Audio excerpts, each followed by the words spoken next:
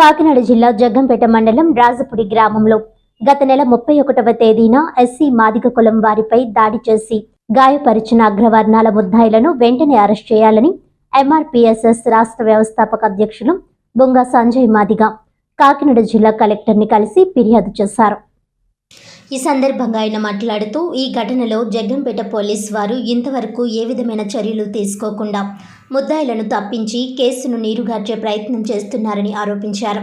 ఈ విషయంపై కాకినాడ జిల్లా ఎస్పీని కలిసి బాధితులకు జరుగుతున్న అన్యాయం గురించి వివరించడం జరిగిందన్నారు. పెద్దాపురం డీఎస్పీ వూండ్ సర్టిఫికేట్ వస్తే తప్ప ఎస్సీ ఎస్టీ అట్రాసిటీ కేసులో ఎంక్వైరీ చేయడం కుదరదంటూ నేటికి నెల రోజులు కావస్తున్నా పట్టించుకోకుండా కేసును తప్పుదారి పట్టిస్తున్నారని అన్నారు. ఎప్పటికైనా ఉన్నతాధికారులు స్పందించి బాధితులకు న్యాయం చేయాలని కోరారు. మరి ఈరోజు గౌరవ కలెక్టర్ గారిని కలిసి రాజపూడిలో జరిగినటువంటి అట్రాసిటీ కేసులో కలెక్టర్ గారిని కలిసి ఫిర్యాదు ఇవ్వడం జరిగింది. మరి గత నెల 31వ తారీఖున దీపావళి రోజున అందరూ సంతోషంగా దీపావళి జరుపుకుంటున్న సందర్భంలో నా మాదిగ జాతిని చీకటిలోకి నెట్టేసినటువంటి ఘటన ఒకటి రాజపూడి గ్రామంలో జరిగింది. మరి చిచ్చుబుడ్డు వెలిగించుకునే క్రమంలో మాదిగ నా కొడకలారా మీరు మీ ఇళ్ళ దగ్గర కాల్చకుండా నా రోడ్డు మీద కాల్చడం ఏంటని అని చెప్పేసి కొంతమంది అగ్రవర్ణాలు విచక్షణ రహితంగా చిన్న పెద్ద ఆడ మగ తేడా లేకుండా దాడి చేసి మరి వాళ్ళని ఒక స్త్రీని అయితే జాకెట్ పెట్టుకుని లాగి ఆవిడ ప్రైవేట్ పార్టీల మీద తన్ని ఇటువంటి సందర్భాల్లో మరి మాదిగ జాతి అంతా కూడా ఆ రోజు రోడ్డు మీద నిలబడి ధర్నా చేసినటువంటి కార్యక్రమం కూడా చేశారు. మరి అదేవిధంగా పోలీస్ స్టేషన్లో కంప్లైంట్ ఇచ్చినప్పటికీ అట్రాసిటీ కేసులో 30 రోజులు గడుస్తున్నా ఇప్పటికీ డిఎస్పీ గారు ఎంక్వైరీ చేయలేనటువంటి పరిస్థితి కనబడుతూ ఉంది. అదేవిధంగా మరి ఎస్సీ గారు కానీ సీఏ గారు కానీ జగ్గంపేట ఎస్సీ గారు సీఏ గారు కానీ ఈ కేసును తప్పుదావ పట్టించాలని చెప్పేసి చూస్తూ ఉన్నారు. ఏదైతే బాధితులకు న్యాయం చేయవలసింది పోయి మరి ఎవరైతే వీళ్ళ మీద దాడి చేసినటువంటి అగ్రవర్ణాలు ఉన్నారో వాళ్ళకు ఒత్తాసు పలుకుతూ వాళ్ళని కేసుల నుంచి బయట పాడేయాలనే ఒక ప్రయత్నం తప్ప బాధితులకు న్యాయం చేయాలన్న ఉద్దేశం ఎక్కడ కూడా పోలీస్ డిపార్ట్మెంట్లో కనపడతలేదని చెప్పేసి ఈ సందర్భంగా తెలియజేస్తూ ఉన్నాం. మరి డిఎస్పీ గారికి ఎంక్వైరీ చేయలేదని చెప్పేసి ఎస్పీ సార్ దగ్గరికి వెళ్ళి కంప్లైంట్ ఇవ్వడం కూడా జరిగింది. ఎస్పీ గారు అయితే తక్షణమే డిఎస్పీ గారిని ఆ కంప్లైంట్ తీసుకుని ఆ కేసుని వెంటనే సాల్వ్ చేసి ఎంక్వైరీ చేసి ఎవరైతే ముద్దాయిలు ఉన్నారో వాళ్ళందరినీ శిక్షించాలి, వెంటనే వాళ్ళని లోపలికి పంపించాలని చెప్పేసి ఇన్స్ట్రక్షన్ ఇచ్చినప్పటికి కూడా డిఎస్పీ గారు కేవలం ఏదో నామమాత్రంగా వచ్చి అలా పలకరించి వెళ్ళిపోవడం తప్ప ఇప్పటికీ డిఎస్పీ గారు కూడా ఆ కేసును తప్పుదోవ పట్టించడానికే చూస్తున్నారు. మరి ఊన్ సర్టిఫికేట్ వస్తేనే కానీ ఎంక్వైరీ చేయనటువంటి పరిస్థితి డిఎస్పీ గారు చెప్తూ ఉన్నారు. అసలు ఆ ఓన్ సర్టిఫికేట్కి దీనికి సంబంధం లేదు.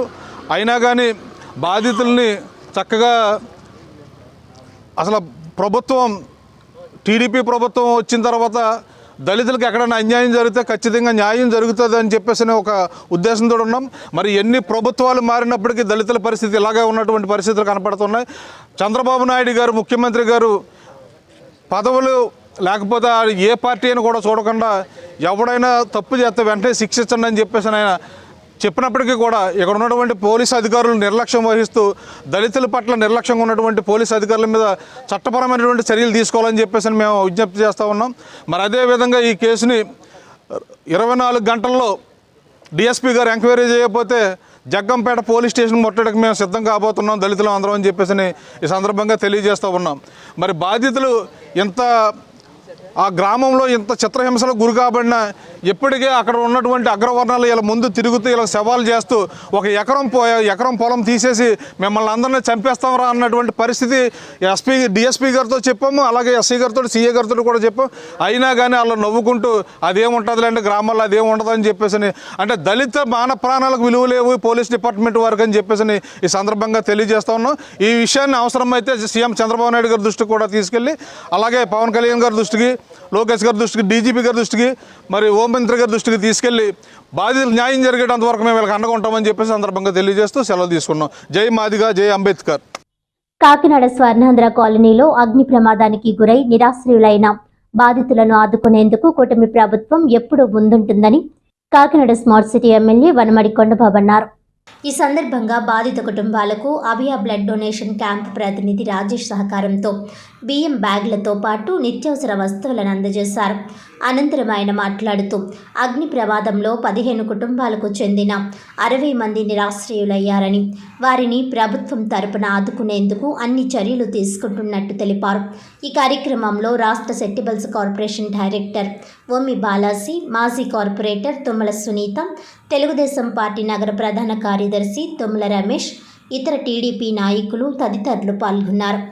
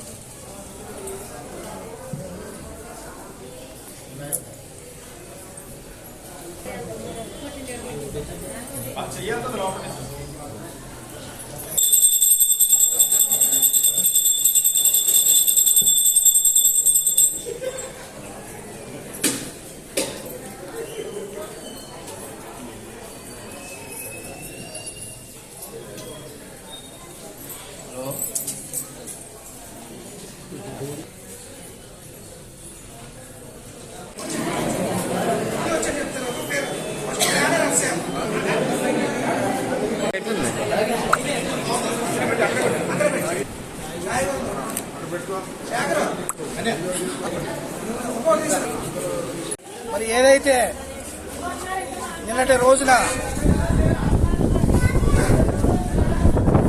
జరిగినటువంటి అగ్ని ప్రమాదంలో కొన్ని పూరి గుడిసెలు మరి దగ్ధం అవడం జరిగింది. 15 కుటుంబాలు నిరాశ్రయులయ్యారు. మరి అగ్ని ప్రమాదం జరిగిన వెంటనే మరి అగ్నిమాపక సిబ్బందికి, అదేవిధంగా ఎలక్ట్రికల్ డిపార్ట్మెంట్కి, రెవెన్యూ డిపార్ట్మెంట్కి, పోలీస్ డిపార్ట్మెంట్కి కూడా తెలియజేయడం జరిగింది.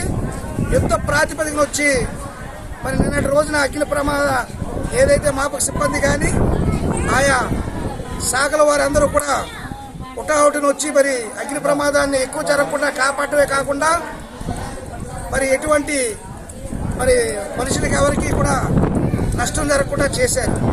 కానీ సుమారు మరి 9 గుడిసెలు, వారికి ఉన్నటువంటి సామాగ్రి పూర్తిగా దగ్ధమైంది. 5 లక్షల పైబడి నష్టం కలిగింది. మరి వెంటనే వారికి ఆర్టీఓ గారు, తహసీల్దార్ గారు వచ్చి మరి ఎమ్మెల్యే గారి సూచన మేరకు మరి మేము అక్కడుండి మా వంతు సహకారాలు అందించాం. టిఫిన్ కానీ, అదేవిధంగా మధ్యాహ్నం పూట రెవెన్యూ వారు భోజనాలు, నిన్న రాత్రి లారీ యూనియన్ వారి ద్వారా భోజనాలు, అదేవిధంగా ఈ వేళ ఉదయం టిఫిన్, ఈవేళ మధ్యాహ్నము శ్రీ అభయ ఫౌండేషన్ ద్వారా భోజనాలు, అదేవిధంగా ఏదైతే నిరాశ్రయులైన కుటుంబాలన్నిటికీ కూడా మరి ఉండడానికి మరి టార్ఫాలు, నిత్యావసర వస్తువులు మరి మన శాసనసభ్యులు వారి సొంత ఖర్చులతో, అదేవిధంగా రెడ్ క్రాస్ వారు ఇచ్చారు. అదేవిధంగా మన అభయ ఫౌండేషన్ నుండి కూడా అరిమిరెడ్డి రాజేష్ ఇవ్వడం జరిగింది. మరి ఏదేమైనప్పటికీ వారికి ఏదైతే నిజమైన అర్హులు ఉన్నారో వాళ్ళందరికీ కూడా పూర్తి న్యాయం మా శాసనసభ్యులు చేస్తారని మేము ఆశిస్తూ ఉన్నాం. ఈరోజు మన పర్లాపేట రోడ్డు, స్వర్ణంద్ర కాలనీ రోడ్లో సుమారు ఒక 15 కుటుంబాలు ఇలా అగ్ని ప్రమాదానికి గురయ్యి తెల్లవచ్చూరు మంటలు ఎక్స్పడంతో 15 కుటుంబాలు మొత్తం పూర్తిగా కాలిపోవడం జరిగింది. అందులో సుమారు ఒక 9 కుటుంబాలకు మొత్తం ఒక తిండి బట్టలు ఏమీ లేకుండా మొత్తం అన్నీ కూడా తగ్గడం జరిగింది. దీనికి మన అభయ ఫౌండేషన్ నుంచి వాళ్ళకి 4 రోజులు సరిపడిన నిత్యావసర సరుకులు, రైస్ బ్యాగ్, వాళ్ళకి దుప్పట్లు నుంచి మొత్తం వెజిటేబుల్స్ మొత్తాన్ని కూడా ఇవ్వడం జరిగింది. వీళ్ళకి ఫర్దర్గా ఏదైనా అవసరం ఉన్నా సరే మన అభయ ఫౌండేషన్ నుంచి, మన అభయ బ్లడ్ బ్యాంక్ నుంచి వాళ్ళకి అందరికీ కూడా మనం సహకారం చేయడం జరుగుతుంది. దీనికి ఇలా పాపం ఇబ్బంది పడుతున్న వాళ్ళకి ఇంకేమైనా ముందు ఏమైనా సహాయం కావాలన్నా వాళ్ళకి ఇక్కడ ఉన్న వాళ్ళు మనకు తెలియజేస్తారని చెప్పడం జరిగింది. మనం వాళ్ళకి ఏమన్నా ఫర్దర్గా ప్రొసీడింగ్ చేసి మనం ఇవ్వడం జరుగుతుంది. వార్తలను ముఖ్యాంశాలు మరోసారి.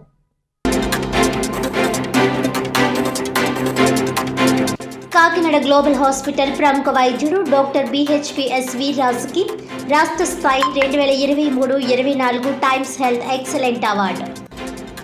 వైద్య సేవలు అందిస్తున్న హాస్పిటల్ వైద్యుల ప్రతిభ గుర్తించి అందించే ఈ అవార్డు తన బాధ్యతను మరింత పెంచిందని వెల్లడి.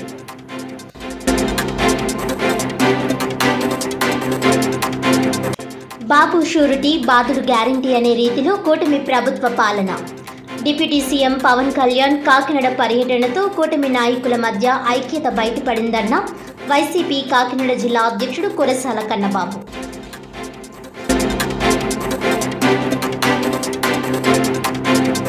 కాకినాడ స్వర్ణాంధ్ర కాలనీ అగ్ని ప్రమాద బాధితులకు నిత్యావసర సరుకులు పంపిణీ.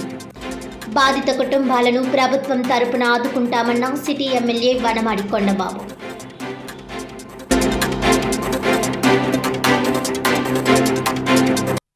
ఈనాటి వార్తలు ఇంతటితో సమాప్తం. తిరిగి వచ్చే బులెటిన్లో మళ్ళీ కలుద్దాం. అంతవరకు సెలవు. నమస్కారం.